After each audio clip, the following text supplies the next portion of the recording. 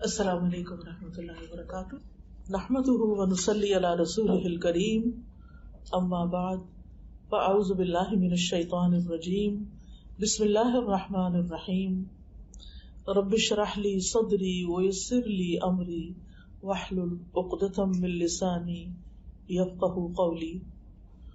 الحمد للہ الکریم الوہاب، الحمد للہ الرحیم التواب، الحمد للہ الہادی الی الصواب، مزیل الشدائد وکاشف المصائب، فارج الہم کاشف الغم، مجیب دعوت المضطر، سبحانہ یسمع جہر القول وخفی الخطاب۔ ہر طرح کی تعریف اور حمد اللہ رب العزت کے لیے ہے، جو کرم کرنے والا ہے، عطا کرنے والا ہے۔ ہر طرح کی حمد و ثنا اللہ سبحانہ وتعالیٰ کے لیے ہے، جو بہت رحم فرمانے والا، بہت توبہ قبول کرنے والا ہے۔ ہر قسم کی حمد اللہ کے لیے ہے، جو درست بات کی طرف رہنمائی کرنے والا ہے، جو سختیوں کو دور کرنے والا ہے، مصیبتوں کو ہٹانے والا ہے، پریشانیوں کو دور کرنے والا ہے، غموں کو مٹا دینے والا ہے، لاچار کی دعا قبول کرنے والا ہے۔ وہ پاک ہے جو ظاہری بات کو اور پوشیدہ بات کو بھی سنتا ہے۔ آج مجھے یہاں پر جو موضوع دیا گیا ہے وہ یہ ہے کہ ہم اپنے سٹریس، انزائٹی اور اس قسم کی دیگر چیزیں جو ہیں ان سے کس طرح ڈیل کریں۔ جیسا کہ ہم سب جانتے ہیں کہ اللہ سبحانہ تعالیٰ نے یہ دنیا بنائی، اور اس دنیا میں انسان کو جو پیدا کیا اور اس کی جو زندگی بنائی وہ ایک امتحان کے لیے تھی۔ ہم سب ایک ٹیسٹ میں ہیں، اور جب بھی انسان کسی امتحان سے گزرتا ہے تو اس کو سٹریس تو ہوتا ہے۔ یعنی آپ سب طالب علم ہیں، آپ کو معلوم ہے کہ چھوٹا سا بھی کوئی ایگزام ہو، سب کچھ آتا بھی ہو، سب کچھ پڑھا ہوا بھی ہو، سب کچھ کیا ہوا بھی ہو، پھر بھی ایک ٹینشن ضرور ہوتی ہے۔ تو یہ تو بہت نیچرل ہے۔ کہاں یہ کہ اللہ سبحانہ تعالیٰ نے خود بتا دیا کہ لَقَدْ خَلَقْنَا الْإِنسَانَ فِي كَبَدٍ، کہ یقیناً ہم نے انسان کو بڑی مشقت میں پیدا کیا۔ آپ دیکھیں کہ انسان کے دنیا میں آنے کا جو مرحلہ ہے، جو ماں پر گزرتا ہے، جس وقت بچے کی ولادت ہو رہی ہوتی ہے، اگر آپ میں سے کوئی اس ایکسپیرینس سے گزرا ہو یا اس پروسیس کو جانتا ہو تو آپ دیکھیں کہ کتنے گھنٹے بعض اوقات لگ جاتے ہیں، بعض اوقات دن لگ جاتے ہیں ایک انسان کے دنیا میں آتے آتے، اور ماں بھی کس مشقت سے گزرتی ہے اور وہ بچہ بھی کس مشقت سے گزرتا ہے۔ یہ اس بات کی علامت ہوتی ہے کہ جس دنیا میں وہ آ رہا ہے وہ پھولوں کی سیج نہیں ہے، وہ مشکلات کی جگہ ہے۔ یہاں پر آسانیاں بھی ہیں لیکن مشکلات بھی ہیں، اگرچہ آسانیاں اور نعمتیں اور امن ان مشکلات سے زیادہ ہے، لیکن انسان کی فطرت میں ایک حساسیت ہے، ایک سینسٹیوٹی ہے، لہذا امن کا جو وقت ہے، سکون کا جو وقت ہے، وہ تو ہم فار گرانٹیڈ لیتے ہیں، وہ ایسے ہی گزر جاتا ہے۔ لیکن جب ہم پر کوئی تکلیف آتی ہے، کوئی مشکل آتی ہے، بعض اوقات ہم اپنے حواس کھو دیتے ہیں، بعض اوقات ہم بہت سٹریس میں چلے جاتے ہیں۔ تو اس صورت میں کرنا کیا چاہیے، کس طرح اس کو ہینڈل کریں، کس طرح ہم ڈیل کریں۔ قرآن مجید میں اللہ تعالیٰ فرماتے ہیں وَلَنَبْلُوَنَّكُمْ بِشَيْءٍ مِّنَ الْخَوْفِ وَالْجُوعِ وَنَقْصٍ مِّنَ الْأَمْوَالِ وَالْأَنفُسِ وَالثَّمَرَاتِ وَبَشِّرِ الصَّابِرِينَ الَّذِينَ إِذَا أَصَابَتْهُمْ مُصِيبَةٌ قَالُوا إِنَّا لِلَّهِ وَإِنَّا إِلَيْهِ رَاجِعُونَ أُولَئِكَ عَلَيْهِمْ صَلَوَاتٌ مِّن رَّبِّهِمْ وَرَحْمَةٌ وَأُولَئِكَ هُمُ الْمُهْتَدُونَ۔ اللہ تعالیٰ کا ارشاد ہے، اور یقیناً ہم تمہیں خوف اور بھوک اور مالوں اور جانوں اور پھلوں کی کمی میں سے کسی نہ کسی چیز کے ساتھ ضرور آزمائیں گے۔ یعنی کبھی ایک آزمائش ہوگی، کبھی دوسری ہوگی، یہ پہلے سے بتا دیا گیا کہ یہ سارے ٹیسٹ ہوں گے، اور صبر کرنے والوں کو خوشخبری دے دیجئے۔ یہ وہ لوگ ہیں کہ جب انہیں کوئی مصیبت آتی ہے تو کہتے ہیں بے شک ہم اللہ کے لیے ہیں اور بے شک ہم اسی کی طرف لوٹنے والے ہیں۔ یہ وہ لوگ ہیں جن پر ان کے رب کی طرف سے کئی مہربانیاں ہیں، بڑی رحمت ہے، اور یہی لوگ دراصل ہدایت پانے والے ہیں۔ یعنی مشکلات تو ہوں گی، لیکن جو مشکلات کو آسان طریقے سے ہینڈل کر لے گا وہ کامیاب ہو جائے گا.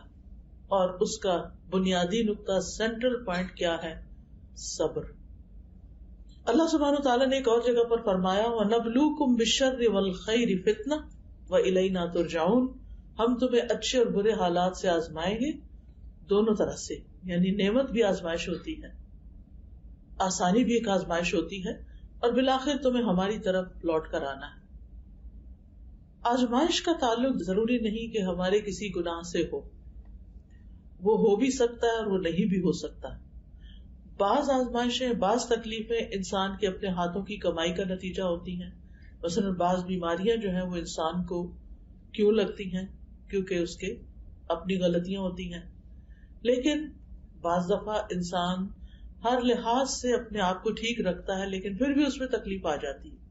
تو اس سلسلے میں انسان کو ہمیشہ یاد رکھنا چاہیے کہ دنیا میں جو بڑے بڑے نیک لوگ آئے تھے، پیغمبر آئے تھے، ان پر تو آزمائشیں اور امتحان ہم سے بھی زیادہ تھے. اللہ سبحانہ وتعالیٰ فرماتے ہیں وَلَقَدْ كُذِّبَتْ رُسُلٌ مِّن قَبْلِكَ فَصَبَرُوا عَلَىٰ مَا كُذِّبُوا وَأُوذُوا حَتَّىٰ أَتَاهُمْ نَصْرُنَا وَلَا مُبَدِّلَ لِكَلِمَاتِ اللَّهِ. اور بے شک آپ سے پہلے کئی رسول جھٹلائے گئے، یعنی نبی صلی اللہ علیہ وسلم سے پہلے بہت سے رسولوں کو ان کی قوم نے جھٹلا دیا، ایمان ہی نہیں لائے، مان کے ہی نہیں دیا، ان کی کوئی بات سن کے ہی نہیں دی، حالانکہ وہ اللہ سبحانہ تعالیٰ کی طرف سے اپوائنٹڈ تھے. تو انہوں نے اس پر صبر کیا، یعنی کسی طرح کا نیگیٹو ریئیکشن ظاہر نہیں کیا، اور وہ جھٹلائے گئے اور ایذا دیے گئے، تکلیف دیے گئے، یہاں تک کہ ان کے پاس ہماری مدد آ گئی، اور کوئی اللہ کی باتوں کو بدلنے والا نہیں. تو اس سے یہ پتہ چلتا ہے کہ اللہ تعالیٰ کی یہ سنت تو جاری رہے گی کہ وہ لوگ بھی آزمائے جائیں گے جو برے کام کرتے ہیں، اور وہ لوگ بھی آزمائے جائیں گے جو اچھے کام کرتے ہیں. یعنی نیک عمل کرنے والوں کو بھی آزمایا جائے گا، امتحان لیا جائے گا.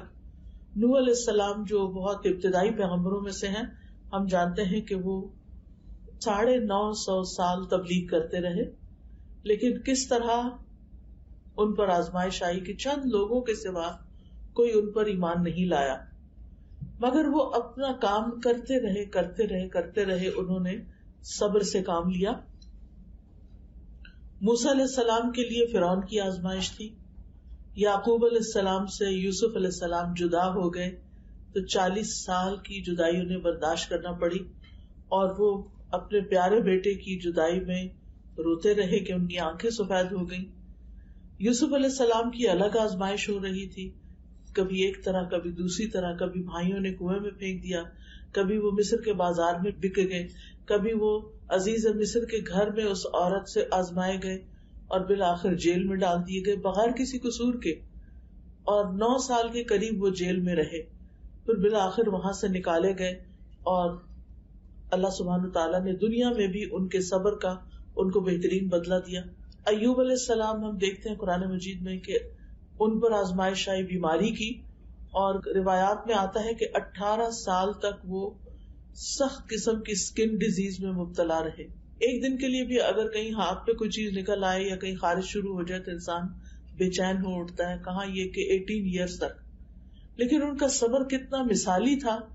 وہ کہا کرتے تھے، یعنی جب ان پہ یہ تکلیف آئی کہ اے اللہ، پہلے تو میرے اور تیرے درمیان میرے گھر والے تھے، میرے بچے تھے، میری دنیا کے کام کاروبار تھے، لیکن تو نے مجھ سے سب کچھ لے لیا، اب میرے اور تیرے بیچ میں کچھ بھی نہیں بچا. اب جس طرح تیری عبادت کی مجھے لذت نصیب ہوتی ہے وہ اس سے پہلے کبھی نہیں تھی. اب یہ بھی ایک مائنڈ سیٹ ہے کہ تکلیف کی وجہ سے وہ اللہ سبحانہ تعالیٰ کو اور زیادہ قریب سے پکار رہے ہیں. سوچ کی بات ہے نا. وہ یہ بھی کہہ سکتے تھے کہ اب تو نے سب کچھ مجھ سے لے لیا تو میں کیوں تیری عبادت کروں، جیسے ہمارے عام طور پر لوگ کرتے ہیں کہ اگر انہوں نے نمازیں پڑھی ہوں، دعائیں کی ہوں اور امتحان میں کامیاب نہ ہو یا مطلوبہ نمبر نہ آئے ہوں تو پھر کیا ہوتا ہے، نماز ہی چھوڑ کے بیٹھ جاتے ہیں یا اللہ تعالیٰ سے ناراض ہو جاتے ہیں. حالانکہ اس سے مسئلہ حل تو نہیں ہوتا اور بگڑتا ہے، لیکن ناسمجھی کی باتیں ہیں یہ. اسی طرح ہم دیکھتے ہیں کہ نبی صلی اللہ علیہ وسلم کے لیے بہت مشکل کا دن تھا جب آپ طائف کے سفر کے لیے روانہ ہوئے.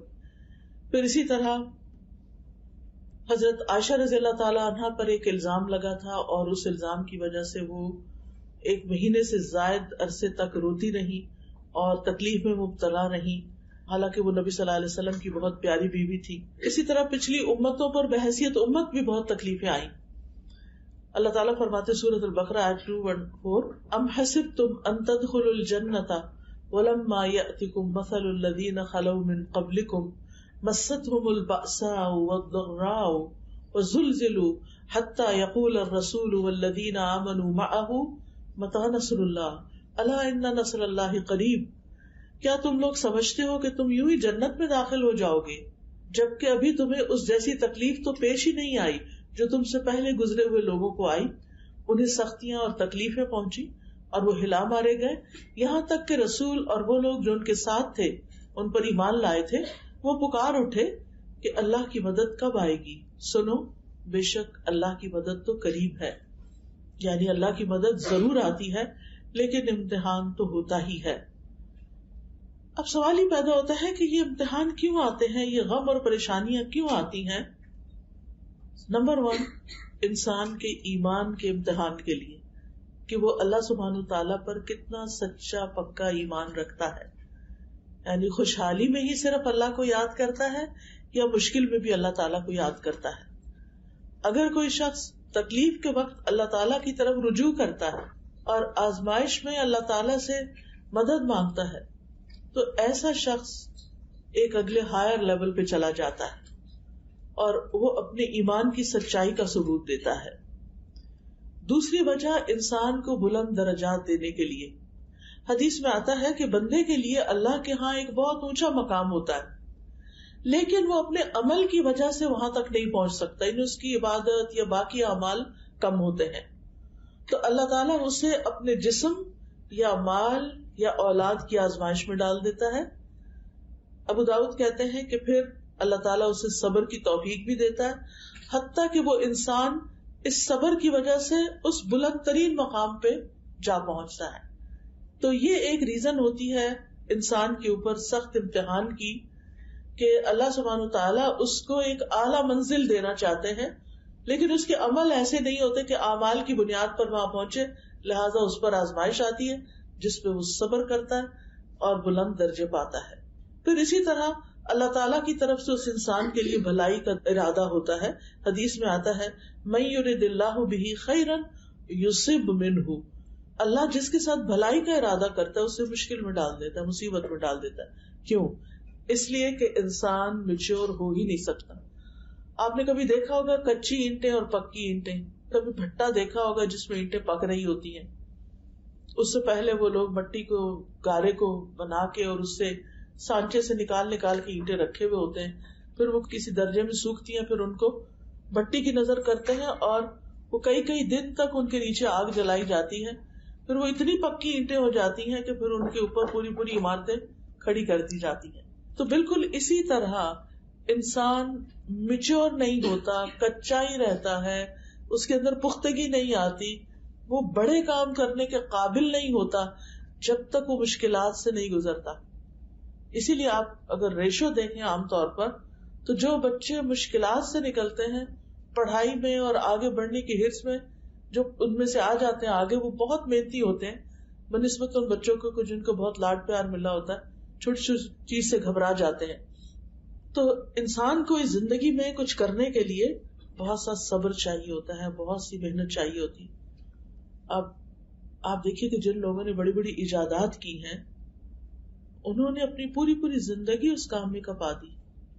انہوں نے بھوک پیاس بھی کاٹی، انہوں نے گمنامی بھی کاٹی، اور انہیں دنیاوی طور پر کوئی زیادہ فائدہ حاصل نہیں ہوا. مرنے کے بعد ان کا نام روشن ہو گیا، ان کو کیا فائدہ ہوا ان کی زندگی میں؟ ہم آرام سے بیٹھ کے پیناڈول کھا لیتے ہیں، ہمیں یہ بھی نہیں پتا کہ کس نے یہ ایجاد کی تھی. اس کی زندگی ریسرچ کرتے کرتے کس مشکل سے گزری تھی، کس تکلیف سے وہ شخص گزرا ہوگا جس نے ایک اتنی فائدے کی چیز انسانوں کے لیے بنا لی کہ ذرا سی درد ہوتی انسان بغیر سوچے سمجھے کھا کے اور اپنے آپ کو پھر کام میں مشغول کر لیتا ہے. اس وقت بھی آپ جانتے ہیں کہ میڈیسن میں جو 2 طرح کے لوگ ہوتے ہیں، ایک تو پریکٹیشنرز ہوتے ہیں اور ایک سائنٹسٹ ہوتے ہیں، اکیڈیمیا ہوتے ہیں. تو اس میں بہت کم لوگ ریسرچ اور اکیڈیمکس کی طرف جاتے ہیں کیونکہ اس میں بظاہر ریوارڈ نظر نہیں آتا، بہت قربانی کرنی پڑتی ہے، آپ کو پیسے بھی کم ملتے ہیں. اس کے برعکس وہ لوگ جو اچھے ہائیلی کوالیفائڈ ہوتے ہیں، پریکٹس شروع کر دیتے ہیں میڈیسن کی، آپ دیکھیں ان کی زندگی بالکل الگ ہوتی ہے. وہ دنیا کی زندگی کو انجوائے کر رہے ہوتے ہیں، پیسے سے، شہرت سے، بہت سی چیزوں سے. لیکن جو سائنٹسٹ ہوتے ہیں، عام طور پر آپ ان کی اگر زندگیوں کے بارے میں پڑھیں تو آپ حیران ہو جائیں گے کہ کس قدر سادہ زندگی وہ گزارتے ہیں، کس قدر محنت کی، مشقت کی. اسی طرح دین میں جنہوں نے بڑا بڑا نام پیدا کیا، مثلا امام بخاری ہیں، ان کی کتاب اللہ کی کتاب کے بعد سب سے صحیح کتاب بتائی جاتی ہے. امام بخاری 16 سال کی عمر میں اپنے گھر سے نکلے تھے علم حاصل کرنے کے لیے، اور 16 سال تک وہ گھر واپس نہیں گئے. اس دوران انہوں نے احادیث اکٹھی کی، ان کو چھانٹا، پرکھا، دیکھا، اور پھر کتاب لکھی، صحیح احادیث پر مشتمل کتاب لکھی، صحیح البخاری. ہم میں سے آج کس کا یہ یارہ ہے یا کس کے اندر یہ ہمت ہے کہ وہ 16 سال اپنے گھر والوں کی شکل بھی نہ دیکھے اور 16 سال تک اپنے گھر والوں سے کوئی بات بھی نہ کرے. آج تو ہمارے پاس ویڈیو کالز کا سسٹم ہے اور اتنی ساری چیزیں آ گئی ہیں کہ ہمیں کوئی مشکل نہیں، ہم دنیا کے کسی بھی حصے میں ہوں، ہم کنیکشن میں ہی رہتے ہیں. پہلے تو کہا جاتا تھا میرا سلام فلاں کو پہنچانا، یہ بھی ایک بڑا کام سمجھا جاتا تھا. تو اب تو یہ بھی کسی کو کہنے کی ضرورت نہیں، آپ خود ہی کافی ہیں، جس کو چاہیں سلام کر لیں. تو اس میں آپ دیکھیے کہ انہوں نے 16 سال لگا کر ایک کتاب لکھی. امام مالک کی کتاب موطا امام مالک سب سے پہلی حدیث کی کتاب ہے جس کی تیاری میں ان کو 40 سال لگے، کیونکہ اس وقت حدیث جمع نہیں تھی. 40 سال ان کو لگے. تو ان کو کسی نے کہا کہ اور لوگ بھی آپ کو دیکھا دیکھی یہ کتاب لکھنے لگ گئے ہیں ایسی. تو انہوں نے کہا کہ ما کان للہ بقیہ، جو اللہ کے لیے ہوگا وہ باقی رہ جائے گا. اور واقعی ان کی کتاب باقی رہ گئی اور باقی کتابیں معلوم نہیں کہاں گئی. تو کہنے کا مطلب یہ ہے کہ جس نے بھی زندگی میں کوئی بڑا کام کیا اس نے مشکلات سہی. من طلب العلا سحر اللیالی، جس نے بلندیاں طلب کی وہ راتوں کو جاگا. رات کی نیند کس کو پیاری نہیں ہوتی، لیکن وہ راتوں کو جاگتا ہے. اور اس میں ہم دیکھتے ہیں کہ امام بخاری کے ساتھ ایک طالب علم اور تھے، وہ کہنے لگے ایک مرتبہ مجھے ان کے ساتھ رات گزارنے کا موقع ملا، میں نے گنا کہ امام بخاری رات 18 مرتبہ اٹھے، رات کے دوران 18 بار اٹھے، دیا جلایا، کچھ لکھا، بند کیا، پھر سو گئے، پھر اٹھے، پھر کچھ لکھا. معلوم نہیں خواب میں دیکھتے ہوں گے یا ان کے ذہن یعنی سو کے بھی نہیں سوتے ہوں گے. تو کہنے کا مطلب یہ ہے کہ یہ وہ لوگ ہیں کہ جنہوں نے اپنی زندگیاں مشقت میں گزاری لیکن دنیا کو ایک بہت بڑا فیض پہنچا گئے. آج بھی ایسے لوگ ہیں، ایسے ریسرچرز ہیں کہ جو بعض اوقات صرف جنگلوں میں ہی رہ کے زندگی بسر کرتے تھے. ایک چھوٹی سی ویڈیو جو ہم 2-3 منٹ میں دیکھ لیتے ہیں نا کسی پرندے کی ساری زندگی کی، کہ کس طرح وہ بڑا ہوتا ہے اور گھر بناتا ہے اور کس طرح بچے دیتا ہے اور کس طرح بچے اڑ جاتے ہیں. وہ 60 days بھی ریسنٹلی کسی نے مجھے بھیجی، تو بہت ہی انٹرسٹنگ تھا. اللہ کی تخلیق پہ غور کرنا چاہیے. اس ٹیکنالوجی کے دور میں ہر چیز بری بھی نہیں ہے. خیر، تو اس میں دیکھ رہی تھی کہ 60 days کی ویڈیو تھی. اب میں سوچ رہی تھی اس شخص نے جو یہ ویڈیو بنائی ہے یہ 60 days تک کانسٹنٹ آبزرویشن کرتا رہا اس پرندے کی کہ کس طرح یہ گھر بنانے سے لے کے، انڈے دینے سے لے کے اور بچوں کو پالنے سے لے کے کس طرح یہ ایک بچہ پھر اڑ جاتا ہے. تو چھوٹا سا بھی کام کرنا تو انسان کو محنت اور صبر کی ضرورت ہوتی ہے. اس کے بغیر اگر آپ صرف ایک حیوان کے لیول پر زندگی بسر کرنا چاہتے ہیں، گائے بھینس کے لیول پر، تو آپ دیکھیں اس کی زندگی میں کیا ہے. صبح سو کے اٹھتے ہیں، کھاتے ہیں، پیتے ہیں، دودھ دیتے ہیں، پھر کوئی کھانا شروع کر دیتے ہیں، پھر دوبارہ سو جاتے ہیں بیٹھے بیٹھے یا کڑے کڑے، پھر دوبارہ کچھ کھا لیتے ہیں. کئی دفعہ دیکھو کھانا ہی کھانا، ان کے 4 پیٹ ہوتے ہیں، آپ کو معلوم ہی ہوگا.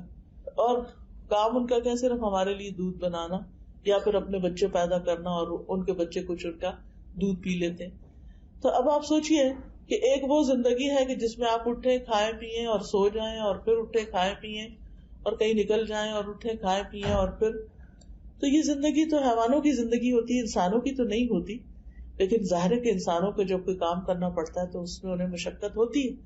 اور جب مشقت ہوتی ہے تو پھر انسان کو تکلیف پہنچتی ہے اور انسان کی استقامت ختم ہونے لگتی ہے. جو بھی اس نے کام شروع کیا تھا آدھے میں چھوڑ کے نکلنا چاہتا ہے اسے. اور پھر آپ سوچئے کہ اس کا نتیجہ کیا ہوتا ہے یا انجام کیا ہوتا ہے. وہاں تک تو وہ نہیں پہنچ سکتا جہاں تک اس کے لیے پہنچنا ہوتا ہے. اگر انسان یہ بات یاد رکھے کہ غموں سے پاک زندگی صرف جنت کی زندگی ہے, دنیا میں یہ نہیں ہو سکتا, تو پہلے سے ہم مینٹلی پریپیئرڈ ہوں گے کہ اس دنیا میں تو امتحان ہوں گے. دیکھنے کی بات یہ ہے کہ مجھے کیا کرنا ہے, تو اس میں پھر انسان اس کے مطابق اپنی زندگی بسر کرتا ہے. جنت ایسی جگہ ہے جہاں صحت ہی صحت ہے, بیماری نہیں, زندگی ہے کبھی موت نہیں ہوگی, جوانی ہے کبھی بڑھاپا نہیں آئے گا, آرام ہے کبھی بے سکونی نہیں ہوگی. اور کہا جائے گا پکار کر, یہ جنت ہے جس کے تم وارث بنائے گئے ان اعمال کے بدلے جو تم کر کے آئے. یعنی دنیا میں تم نے مشقتوں میں زندگی بسر کی, کام کیا, محنت کی.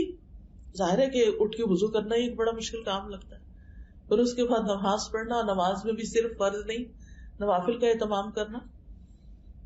تو یاد رکھیے کہ دنیا ہے ہی کام کی جگہ, اور اس کام میں ہی انسان کا آرام ہے. اور جب انسان کام چھوڑ دیتا ہے, اس کی زندگی میں چیلنجز نہیں رہتے اور بالکل وہ ایک آرام کی زندگی بسر کرتا ہے, تو وہاں سے پریشانیاں شروع ہو جاتی ہیں. جو کہتے ہیں نا خالی ذہن شیطان کا گھر, پھر شیطان اس کے اندر مستقل وسوسے ڈالتا رہتا ہے. اب سوال یہ پیدا ہوتا ہے کہ کیا پھر انسان کو پریشان رہنا چاہیے, غمگین رہنا چاہیے؟ ہرگز نہیں. ہمارا دین یہ نہیں کہتا کہ تم غم مناؤ کیونکہ یہ ایمان کا حصہ ہے, ایسا کچھ بھی نہیں ہے. یہاں پر غم انسان کے اوپر آنے والی مصیبتوں میں سے ایک مصیبت ہوتی ہے, اور جنت میں جا کے انسان کہے گا الحمدللہ الذی اذھب عنا الحزن, اللہ کا شکر جس نے ہمیں غم سے نجات دی. مومن کا غم کیا ہوتا ہے؟ مومن دنیا کی حقیر چھوٹی چھوٹی چیزوں پہ غم نہیں کرتا. مومن کا غم یہ ہوتا ہے کہ میری آگے کی دنیا کا جو کبھی ختم نہیں ہوگی اس کا کیا بنے گا, کیا میرا رب مجھ سے راضی ہے یا نہیں. اس کی ساری فکر اسی چیز کی ہوتی ہے. اور پھر آپ دیکھیے کہ ہمارا دین ہمیں اس سے منع کرتا ہے کہ ہم ہر وقت غمگین رہیں. جنگ احد میں مسلمانوں کو غم پہ غم پہنچا تھا, 70 صحابہ شہید ہو گئے تھے, نبی صلی اللہ علیہ وسلم کے دندان مبارک شہید ہوئے. پھر اسی طرح مسلمانوں کا بہت مالی نقصان, ہر طرح کا نقصان ہوا تھا. لیکن اللہ سبحانہ وتعالیٰ نے فرمایا فَأَثَابَكُمْ غَمًّا بِغَمٍّ لِكَيْ لَا تَحْزَنُوا عَلَىٰ مَا فَاتَكُمْ, اللہ نے تمہیں رنج پہ رنج دیے, غم پہ غم دیے, مشکل پہ مشکل ڈالی, تاکہ تم ایسی بات پہ غم نہ کرو جو تمہارے ہاتھ سے نکل گئی ہو. یعنی جو چیز ہمارے ہاتھ سے چھٹ گئی, اگر کوئی اپرچونٹی نکل گئی, ہم کہیں سلیکٹ نہیں ہوئے کسی پروموشن کے لیے, کسی چیز کے لیے, اب ہو کچھ نہیں سکتا, اب صبر کر کے آئندہ کی تیاری کرو. لیکن ہم تیاری کیسے کریں, ہم تو پچھلے غم سے نہیں نکل رہے. تو انسان آگے نہیں جا سکتا جب تک کہ وہ پیچھے سے چھٹکارا حاصل نہیں کرتا. تو اللہ سبحانہ وتعالیٰ غم پہ غم کیوں ڈالتا ہے؟ تاکہ انسان غم نہ کرے. تو کہتا ہے مشکلیں اتنی پڑی مجھ پر کہ آسان ہو گئی. کیونکہ جس انسان کی زندگی میں مشکل پہ مشکل آتی ہے, تو جب وہ کسی کی مشکل کو دیکھتا ہے تو سمجھتا ہے کہ یہ تو کچھ مشکل ہی نہیں, میں بہتوں سے اچھا ہوں. پھر اسی طرح موسیٰ علیہ السلام کی والدہ کو جب حکم ہوا کہ وہ ان کو سمندر میں بہا دے, تو ایسی صورت میں اللہ سبحانہ تعالیٰ نے ان کو حکم دیا وَأَوْحَيْنَا إِلَىٰ أُمِّ مُوسَىٰ, ہم نے ام موسیٰ کی طرف وحی کی, ان ارضعیہ, کہ موسیٰ کو دودھ پلاتی رہ, فَإِذَا خِفْتِ عَلَيْهِ فَأَلْقِيهِ فِي الْيَمِّ, پھر جب تجھے اس کی زندگی کے بارے میں خوف ہو تو تم اس کو سمندر میں ڈال دینا. وَلَا تَخَافِي وَلَا تَحْزَنِي, نہ خوف کرنا نہ غم کرنا, تو بے شک ہم اسے تیرے پاس واپس لانے والے. یعنی یہ وقت گزر جائے گا, یہ ایک امتحان ہے. لیکن اس کے باوجود موسیٰ علیہ السلام کی والدہ نے جب ان کو سمندر میں ڈالا تو ان کا دل اڑ گیا. یعنی ان کے لیے ناقابل برداشت تھا کہ وہ اپنے ہاتھوں اپنے بچے کو کہاں ڈال رہی ہیں. اب یہ جو غم ہوتا ہے نا, غم منانے اور غم پالنے کے نقصان ہوتے ہیں. ابن قیم کہتے ہیں 4 چیزیں جسم کو تباہ و برباد کر دیتی ہیں: پریشانی, غم, بھوک اور بیداری. پریشانی اور غم عزم کو, ارادوں کو کمزور کر دیتے ہیں. یعنی جب انسان پہ بہت غم آتے ہیں نا, پھر وہ کچھ زندگی میں کرنا نہیں چاہتا, لہٰذا وہ پیچھے رہ جاتا ہے, دل میں کمزوری پیدا ہو جاتی ہے. اور بندے اور اس کے کاموں میں محنت کرنے کے درمیان رکاوٹ بن جاتے ہیں. یعنی اگر آپ کی عادت ہے نا ہر وقت غم کرنا، تو پھر آپ ترقی نہیں کر سکتے، محنت نہیں کر سکتے. تو ہر اس کام میں وہ پیچھے رہ جاتا ہے جو اس کے لیے مفید ہوتا ہے.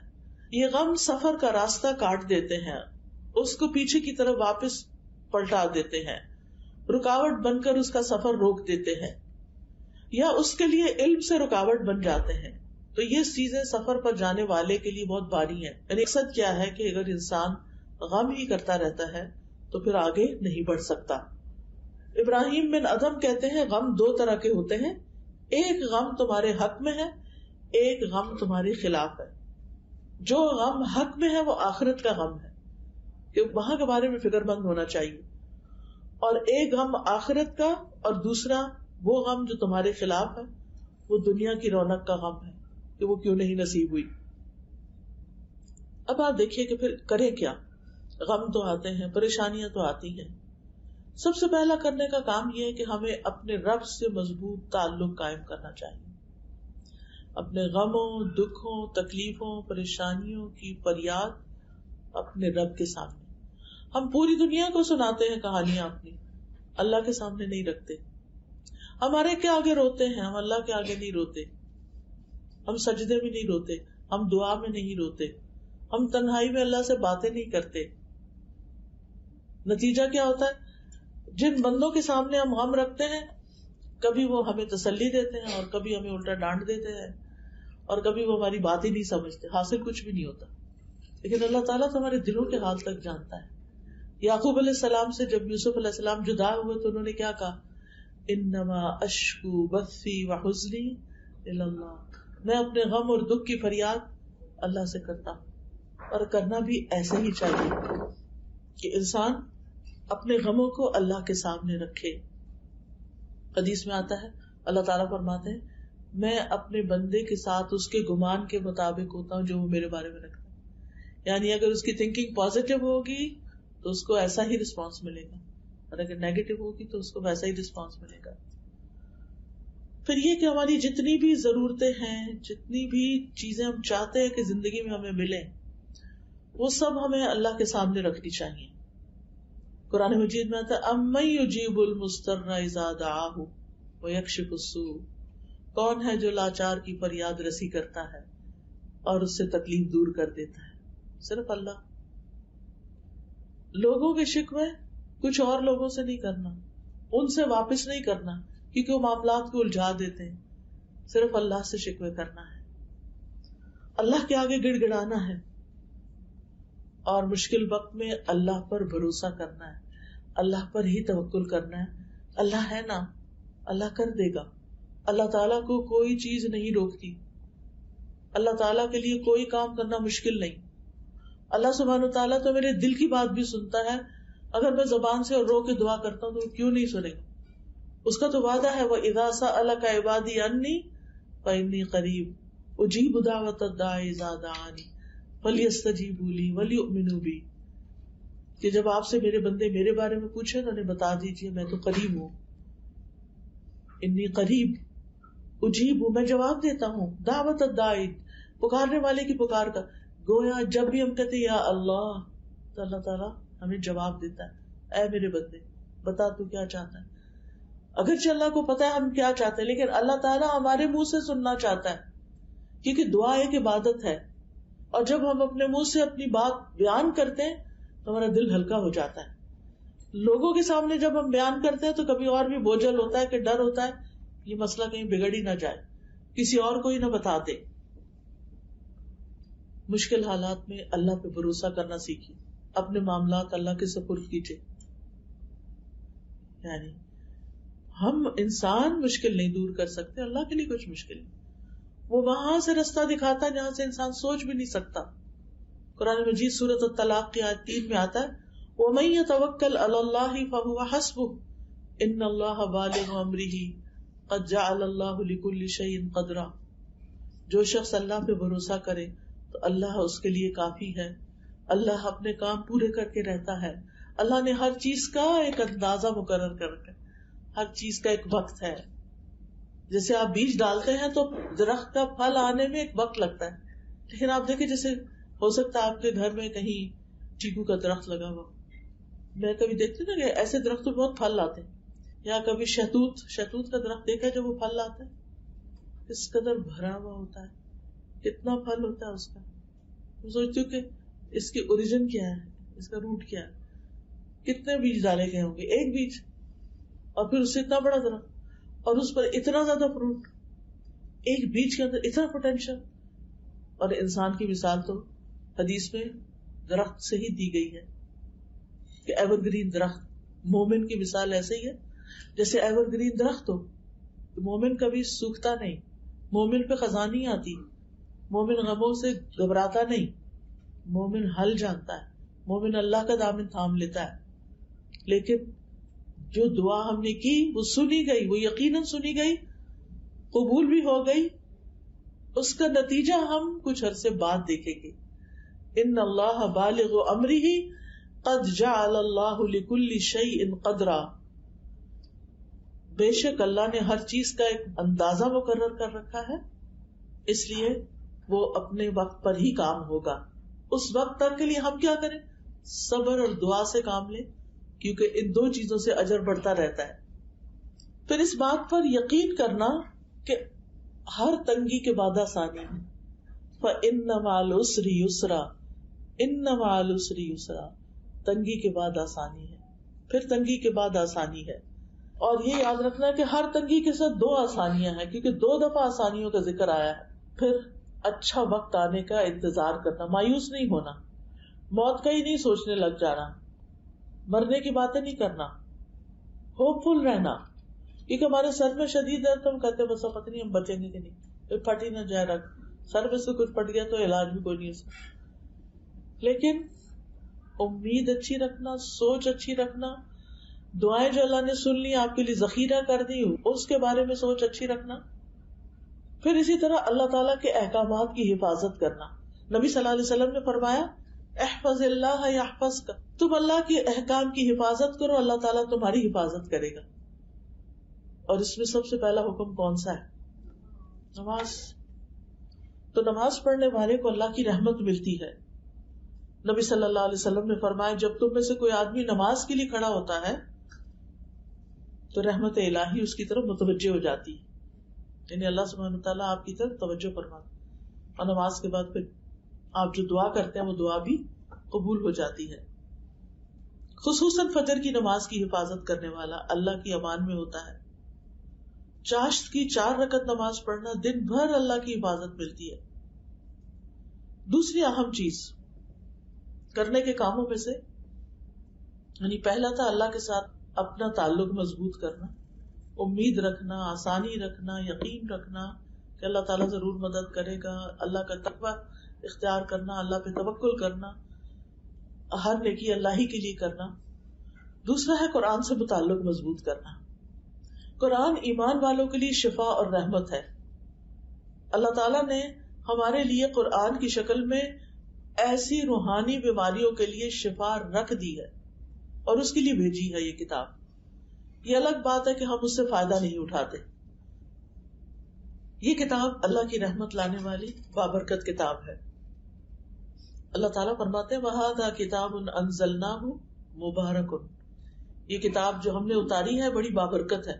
یعنی اگر تمہاری زندگیوں میں ہوگی تو اس سے تمہیں برکت ملے گی. اس کا پڑھنا, اس کو سمجھنا, اس کے مطابق زندگی بسر کرنا, اس کی تعلیم دینا. لیکن اس کے ساتھ کرنا کیا, اصل کام کیا ہے؟ فَاتَّبِعُوهُ, اس کی پیروی کرو, اس کو فالو کرو, اس کو اپنا امام بناؤ, اس کو اپنا رہنما بناؤ. وَاتَّقُوا, اور ڈرو, لَعَلَّكُمْ تُرْحَمُونَ, تاکہ تم رحم کیے جاؤ. یہ کتاب اللہ سے جوڑنے کا بہترین طریقہ ہے. پیچھے بات کی تھی نا میں نے کہ اللہ سے تعلق قائم کریں. کیسے کریں؟ نماز سے کریں اور قرآن کے ذریعے کریں. اور پھر گھروں میں برکت, آپ کی زندگی میں برکت, اور جتنا جتنا آپ اس کتاب کو پڑھتے چلے جائیں گے اتنا اتنا آپ کے دل میں بھی سکون آئے گا, اور جتنی اس کی خدمت کریں گے اتنی آپ کی زندگی میں برکتیں آئیں گی. پھر چونکہ ہر وقت انسان قرآن نہیں پڑھ سکتا تو پھر چلتے پھرتے اور کام کرتے ہوئے کیا کرے انسان؟ اللہ کا ذکر کثرت سے کرے.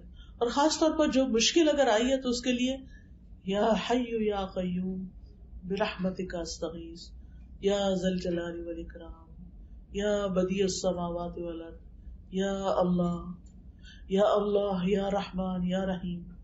اللہ تعالیٰ خود فرماتے ہیں کہ اللہ سبحانہ وتعالیٰ کے ناموں سے اس کو پکارو، اس سے دعائیں جلد قبول ہوتی ہیں. ذکر کرنے سے اور مسلسل ذکر سے دل کو سکون مل جاتا ہے، سٹریس کم ہو جاتا ہے. ذکر روح کی غذا ہے. یہ سٹریس اور انزائٹی کیوں ہوتے ہیں اس کے بارے میں پڑھ رہی تھی کہ یہ اوپر سرفیس پہ جو سمپٹم نظر آتی ہیں یہ اصل میں ہمارے سب کانشیس کے اندر بہت کچھ پیچھے جا چکا ہوتا ہے جو ان پلیزنٹ ہوتا ہے، اور پھر ایک دن آتا ہے کہ وہ سرفیس پہ آ جاتا ہے، ہمارا بہیویئر چینج ہو جاتا ہے. اگر ہم اس کے اندر، کیونکہ انسان کے اندر ایک طلب تو ہے نا کسی چیز کی. بازو کا سمجھتا ہے انسان شاید مجھے مال چاہیے، مجھے کمپینین چاہیے، مجھے سیر و تفریح چاہیے. یہ سب کچھ کرنے کے بعد پھر کیوں ہے آپ پریشان؟ تو اب تو آپ کو خوش ہو جانا چاہیے. وہ اس لیے کہ صرف ان چیزوں سے یہ ویکیوم نہیں بھر سکتا. اگر آپ اللہ تعالیٰ سے ایک تعلق قائم کریں گے، اس کے دین سے تعلق قائم کریں گے، قرآن سے تعلق قائم کریں گے، تو پھر وہ جو اندر جو سب کانشیس ہے، جو کچھ آپ پڑھتے جائیں گے، سنتے جائیں گے، اندر جا کر وہ اس کو الٹر کرنا شروع کر دے گا، بیماری کو باہر نکالے گا اور اپنی جگہ بنائے گا. کیونکہ جاء الحق وزهق الباطل ان الباطل کان زہوقا. حق آ گیا، باطل چلا گیا. تو جو باطل وسوسے شیطان کی باتیں اور بہت کچھ دل میں بیٹھا ہوا ہوتا ہے، وہ حق بات یعنی قرآن کی بات آ کر اس کو نکال دیتی ہے. اور ذکر سے انسان کو زندگی ملتی ہے، رحمت اور سکینت ملتی ہے، پریشانی اور خوف زائل ہوتا ہے، شیطان کے حملوں سے بچاؤ حاصل ہوتا ہے. ابن قیم کہتے ہیں اللہ کا ذکر مشکل کو آسان کر دیتا ہے، تنگی اور مشقت کو کم کر دیتا ہے. بس جب بھی کسی مشکل پر اللہ کا نام ذکر کیا جاتا ہے تو وہ آسان ہو جاتی ہے. جب بھی کسی مشقت پر اللہ کا ذکر کیا جاتا ہے تو وہ بھی آسان ہو جاتی ہے. اور جس کسی تکلیف پر، سختی پر اللہ کا ذکر کیا جاتا ہے وہ زائل ہو جاتی ہے. اور جس تکلیف پہ اللہ کو یاد کیا جاتا ہے وہ ختم ہو جاتی ہے. اللہ کے ذکر کی تو بہت سی قسمیں، سبحان اللہ و بحمدہ، سبحان اللہ العظیم، سبحان اللہ، الحمدللہ ایک دفعہ کہنا میزان کو بھر دیتا ہے. یعنی استغفر اللہ، بہت ساری چیزیں، درود شریف، آیت کریمہ، ان میں سے جو بھی چیز آپ پڑھنا چاہیں پڑھتے جائیں. لیکن ان سب میں جو بہترین چیز ہے جس سے انسان کی مشکلات حل ہوتی ہیں وہ استغفار ہے، اللہ سے گناہوں کی معافی مانگنا. کیونکہ ہمارے اور اللہ کے بیچ میں جو چیز رکاوٹ ڈالتے ہیں وہ ہمارے ہی گناہ ہوتے ہیں. مثلا نماز نہیں پڑھی، مثلا زبان سے لوز ٹاک، مثلا کسی کا حق مار دیا، کسی کو ذلیل کر دیا، کسی کو بے عزت کر دیا، کسی کو پریشان کر دیا، یہ ساری چیزیں اس میں آ جاتی ہیں. پھر روزی میں کشادگی اور مال میں بڑھوتری بھی استغفار سے ہوتی ہے. بہت زیادہ خیر و برکت اور بارشوں کا اترنا اور جسم کی طاقت کا سامان ہونا، یہ بھی اسی استغفار کے ساتھ ہے. پھر یہ کہ ہمیں ایک اور کام کرنا چاہیے اور وہ ہے اللہ سے اچھا گمان، کہ اگر تکلیف بھی آئی ہے تو میرے رب نے کسی وجہ سے بھیجی ہے اور اس کا نتیجہ اچھا ہی ہوگا. اللہ کی تقسیم پہ راضی رہنا. اگر ہم سے کسی کو زیادہ مل گیا تو اس سے جیلس نہیں ہونا، کیونکہ جیلسی تو ہمارے اندر آگ بھڑکا رہی ہے. اس کو کیا جاتا ہے، اس کو تو کچھ نہیں ہوتا. کیونکہ جو کچھ انسان کو ملتا ہے وہ انسان کے لیے ایک امتحان ہی ہوتا ہے. اگر وہ ہمیں نہیں ملا، کسی اور کو ملا تو اسی کا امتحان ہوگا نا، ہمارا تو نہیں ہوگا. پھر یہ یاد رکھے کہ مایوس ہونا کبیرہ گناہ ہے، اور ملنے والے اجر پہ نظر رکھنا جو ہے انسان کے حوصلے بلند کر دیتا ہے. پھر صبر اور شکر لازم کر لیں زندگی میں، مشکلات پہ صبر اور نعمتوں پہ شکر. کوئی بھی نعمت جو آپ کو ملے، چھوٹی ہو یا بڑی، فوراً اللہ کا شکر ادا کریں. غموں پر، دکھوں پر، تکلیفوں پر صبر. فاصبر صبرا جمیلا. اللہ سبحانہ وتعالیٰ ایسے لوگوں کی تعریف کرتے ہیں جو صبر سے کام لیتے ہیں، اور پھر یہ تعریف ہر حال میں ہونی چاہیے. ایک اور چیز جو مشکلات کو ٹالتی ہے وہ ہے صدقہ خیرات. ہمیں ہر روز کچھ نہ کچھ ضرور صدقہ کرنا چاہیے، تھوڑا ہو یا زیادہ. اگر روز کے روز راستے میں کہیں مسکین آتے ہیں تو دے دیں، ورنہ اکٹھا کر کے کسی خیر کے کام میں، کسی بڑے پروجیکٹ میں بھی لگا سکتے ہیں. پھر اسی طرح صدقہ جسم کی حفاظت کرتا ہے، بیماریوں سے محفوظ رکھتا ہے، مشکلات اور پریشانیوں کو دور رکھتا ہے. پھر ہے خیر کے کاموں میں والنٹیئر کرنا. ہر کام کمائی کا ذریعہ نہ بنائیں. کچھ کام زندگی میں ایسے رکھیں کہ جو صرف اور صرف اللہ کے یہاں اس کا ریوارڈ پانا ہے, اس کا اجر اللہ سے لینا ہے. اس سے آپ کے دل کو بہت سکون ملے گا. اللہ تعالیٰ فرماتے ہیں جو شخص بھی نیک عمل کرے, خواہ مرد ہو یا عورت, بشرطے کہ وہ مومن ہو, تو ہم اسے پاکیزہ زندگی بسر کرائیں گے اور آخرت میں ان کے بہترین اعمال کے مطابق انہیں ان کا اجر دیا جائے گا. یعنی ایسے لوگوں کو قیامت کے دن پھر اجر ملے گا. پھر آپ دیکھیے دوسروں کی پریشانیوں پہ غور کر کے اپنی پریشانی کو کمپیئر کر کے چھوٹا سمجھنا. اور پھر نیکسٹ ہے مثبت مصروفیات کے حامل لوگوں سے دوستی کرنا. ایسے لوگوں سے دوستی کرنا جو صالحین میں سے ہوں, ایسے لوگوں سے دوستی کرنا کہ جن کا تھاٹ پروسیس بہت ہی پازیٹیو ہے, وہ ہر چیز میں خیر ڈھونڈ لیتے ہیں. اور ویسے بھی انسان جس کے ساتھ بیٹھتا ہے اسی کے عادات میں ڈل جاتا ہے. مثبت دوستی جو ہے اس کے اثرات بھی مثبت ہی ہوتے ہیں. اور سارے غموں میں سے بہترین غم آخرت کا غم ہے. ہم میں سے ہر ایک اگر وہ غم لگا لے حقیقی معنوں میں تو اس کے لیے تیاری بھی کرے, پلان بھی کرے, اپنے دل و دماغ کو اسی کام میں لگا دے اور پھر ہمیشہ کے لیے اللہ سے اس کا اجر پائے. پھر کثرت سے دعا کرنا, دعاؤں کی کثرت ہونی چاہیے. خوشحالی میں بھی تکلیف میں دونوں حالتوں میں دعائیں کرنا. دعا تقدیر کو بدل دیتی ہے. پورے یقین سے دعا کرنا, اوپر اوپر سے نہیں. اللہ سبحانہ تعالیٰ سے دعا کرتے ہوئے انسان کوئی شرط نہ لگائے بلکہ اللہ کی راہ میں کھلا دے اور اچھے کی امید رکھے. پھر ہم و غم کی جو دعائیں ہیں ان دعاؤں میں سے وہ دعائیں نکال کے پڑھنا, اور غم اور دکھ کو تکلیف کو جو دور کرتے ہیں کلمات, ان میں سے سب سے بہترین کلمات درود شریف کی کثرت. اٹھتے بیٹھتے درود شریف پڑھتے رہیں. انشاءاللہ العزیز زندگی میں بہت سی بھلائیاں آئیں گی, بہت سی خیر آئے گی. اور انشاءاللہ جب آپ خیر کو پا لیں گے تو اس کو پکڑ کر رکھیں, چھوڑ نہ دیں. اللہ تعالیٰ ہمارا حامی و ناصر ہو.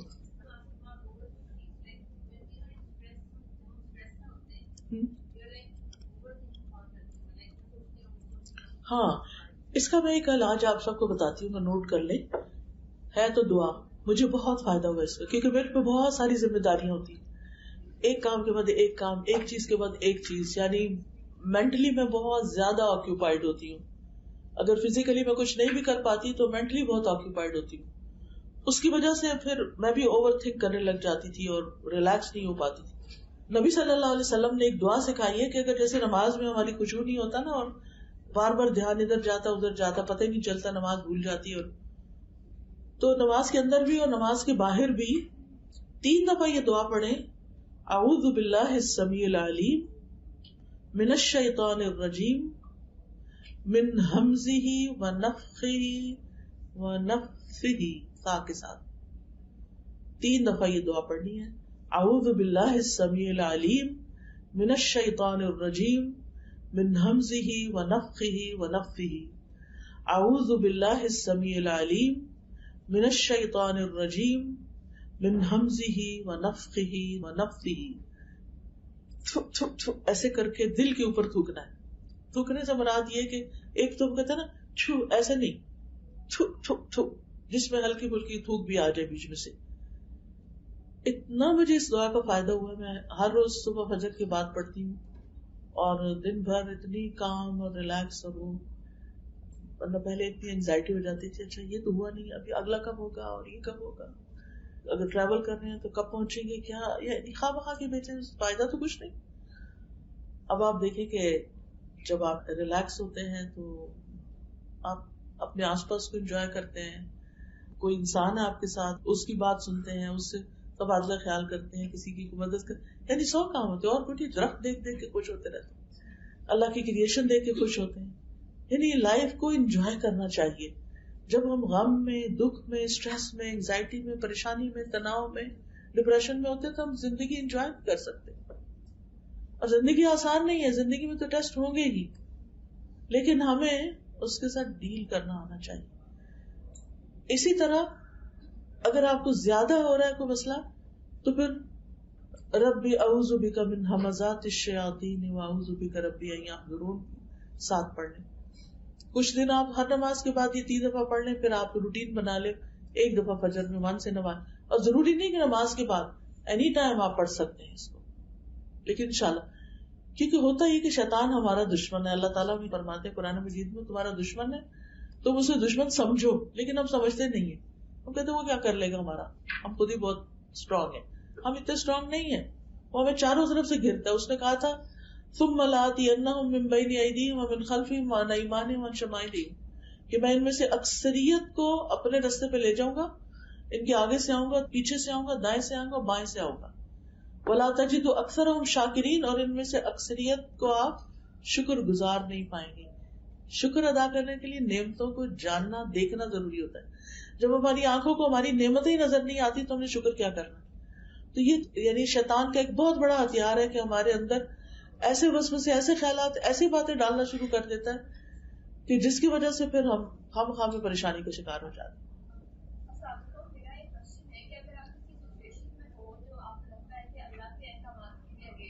جی جی